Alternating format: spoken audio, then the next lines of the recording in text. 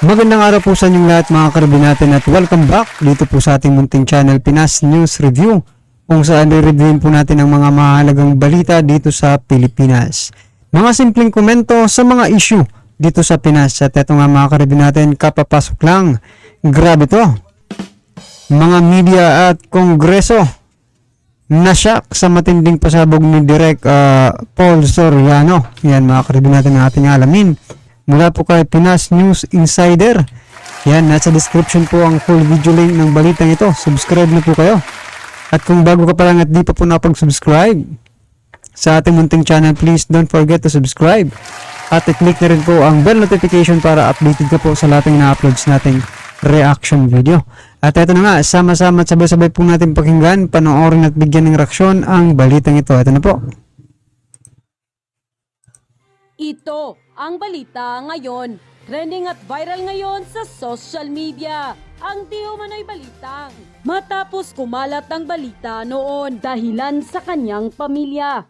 Kaya nag-resign bilang Presidential Advisor and Creative Communication ang well-known director na walang iba kundi si Paul Soriano. Ngunit tila iba ang naging balita kung saan kumalat noon sa mundo ng social media na di umano'y nasa Kongreso ang dahilan kung bakit wala na sa kanyang posisyon ang nasabing direktor.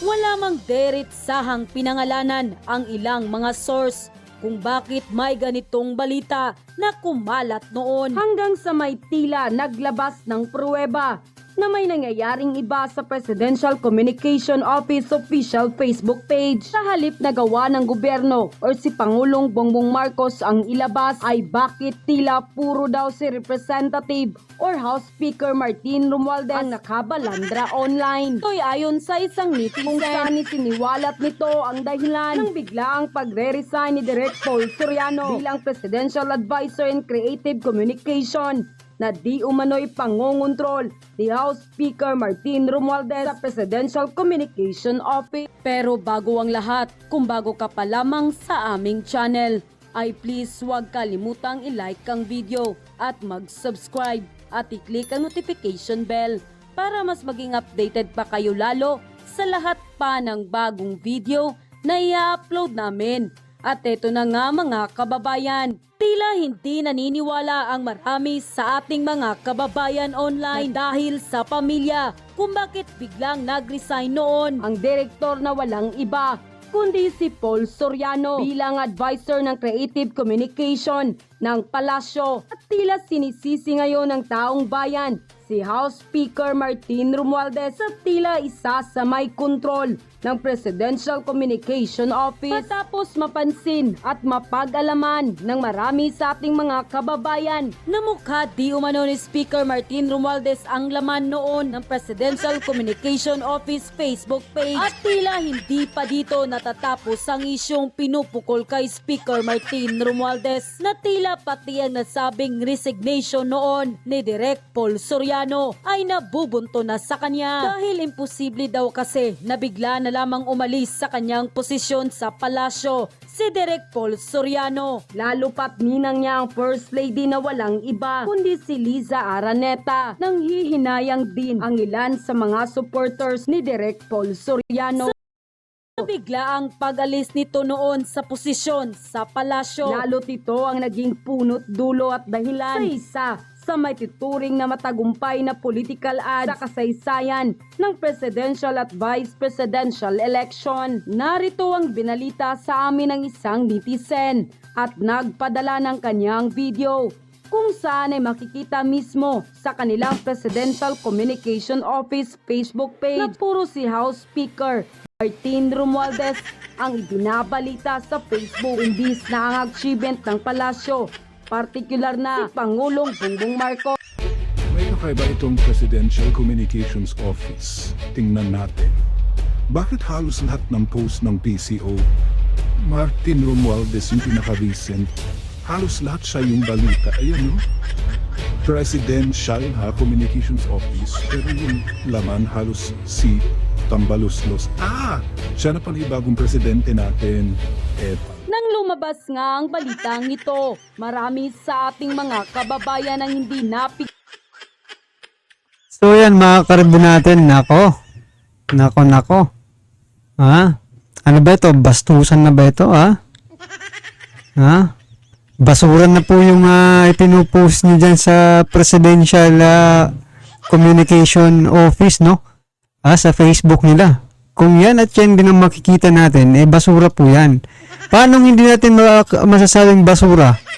Tingnan niyo po, Presidential. Ibig sabihin, pangulo yan, pang-presidente. O, bakit naman po, sinabi bang house speakership or something na para kay house speaker, di ba? Wala naman Presidential po yan. Lahat po ng ginagawa ng pangulo dapat, dyan po ipinupost at ibinabalita. Pero ano ito? Wala na ba kayong ibang wala na ba kayong ibang way? Wala na ba kayong ibang paraan? Yan para makilala kayo ng taong bayan at ginagamit nyo na itong official Facebook page ng Presidential Communication Office. Yan Nako. House Speaker, pwede ka naman gumawa ng diba? Kung pwede ka naman gumawa ng page at libre lang po yan, bakit hindi nyo nalang gawin? Huwag po dyan sa binabastos nyo na po yung pangulo niyan Well, anyway, sigurado naman tayo na alam din po yan ng ating Pangulo. Diba? Kasi hindi niya naman sariling page niya yan, hindi niya ma-check. Diba? Kung ano nang nangyayari dyan. At saka mahilig po mag-vlog ang ating Pangulo. At, diba? Siguradong alam po natin na alam po yan ng ating Pangulo. Ang tanong, bakit niya po pinahihintulutan, no? Na ganyanin yan, di ba? Presidente na ba itong si Tambi?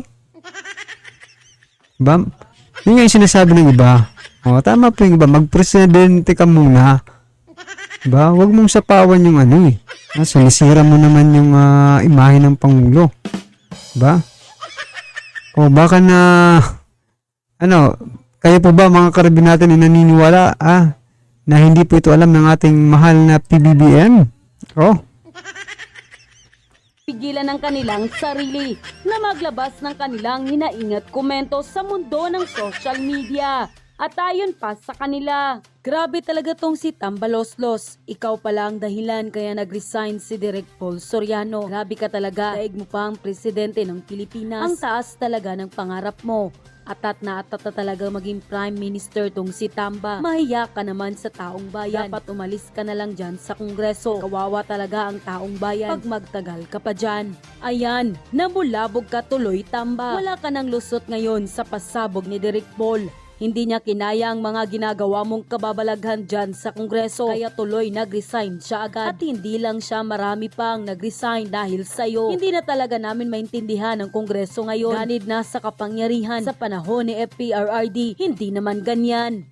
Ayan na, lumabas na din ang katotohanan. Kaya naman pala nag-resign. Si Tambaloslos naman pala ang dahilan. Grabe talaga ang pamumulitika. Ang aga pa, speaker. Mahiya ka naman. Ang gulo-gulo na ng mundo. Tapos dumagdag ka pa. Wala na talaga ang unity. Watak-watak na talaga. Kaya President Marcos, mag-ingat ka sa mga taong napalibot sa'yo. Ayaw mong matulad sa ama mo. Matagal pa ang 2028 election. What if biglang isulong ang Chacha? At mabilis ang isulong. Susunod ang switch to parliamentary system. Di panalo na si Romualdez as Prime Minister kasi kanila na yung 2/3 votes. Pag nagkataon, kailangan wag mo nang iboto sa referendumang parliamentary system habang malakas pa sina Tamba sa Kongreso. Sa parliamentary system, empowered ang House of Representatives na magdesisyon sa lahat, pati budget at fiscal policies. Pag may power na sila, mas delikado ang kalagayan ng Pinas. Ngayon pa nga lang, parang mas malakas na ang Kongreso kaysa Presidente at VP. Baliktad na yata ang mundo sa Pinas. Anko. Dito po muna tayo kay BP Sara. Ngayon po ay si BP Sara po ay nasa Malaysia. Umaattend po siya. Siya po yung pinuno ng mga lahat po ng mga DepEd Secretary ng Association of Southeast Asian Nations. Yung iba po ang tawag Ministry of Education, no? Siya po ang presidente. Kaya po nasa Malaysia siya ngayon para makipag-usap po sa katumbas po ng DepEd Secretary nila doon, no? At doon nga po tinanong po siya si VP Sara tungkol po dito sa relasyon nila ni PBBM. Okay naman sila ni PBBM. Trabaho lang, no? Yun po yung sagot niya na parang pareho sila nagtatrabaho, pareho sila masipag, pero pagdating po kay First Lady, syempre alam niyo naman mga reporter, gusto makasagap ng mga scoop. So tinanong po sila kung kumusta sila ni First Lady. Syempre, kay VP Sara Duterte po no comment. Alam niyo na yung pag no comment, di ba? Sa isang maginoo, no? Kung wala ka magandang sasabihin, no comment na lang. Okay, pagdating naman po sa kanyang mga kay Tatay Ayan mga karibin natin, ano po ang inyong masasabi dito sa mga ginagawa, no? Ni Speaker Romualdez. Nako, siya pala ang dahilan. Di umano kaya nag-resign itong si Direk Paul Soriano bilang presidential advisor, di ba? Nako. Ganun naman pala pinakakialaman yung trabaho, no? Para po siya ang mag-decide, siya ang mag-control sa presidential communication. Nako. At mukha niya nga ang binabalandra. Hindi na nahiya mga karibin natin. Mismong mukha niya ang binabalandra sa Presidential Communication Office page po, Facebook page. Nako. So yan, ano po ang inyong masasabi dyan Nilaglag na nga. Ayan, comment lang po sa baba para tisalam po ng ating mga kababayan ang inyong pong nararamdaman patungkol po sa balitang ito. Right? Kung bago ka pa lang at di pa po nakapag-subscribe sa ating YouTube channel, please don't forget to subscribe. At i-click na rin po ang bell notification para updated ka po sa lahat ng ina-uploads nating reaction video. Yan mga karabin natin, maraming salamat po.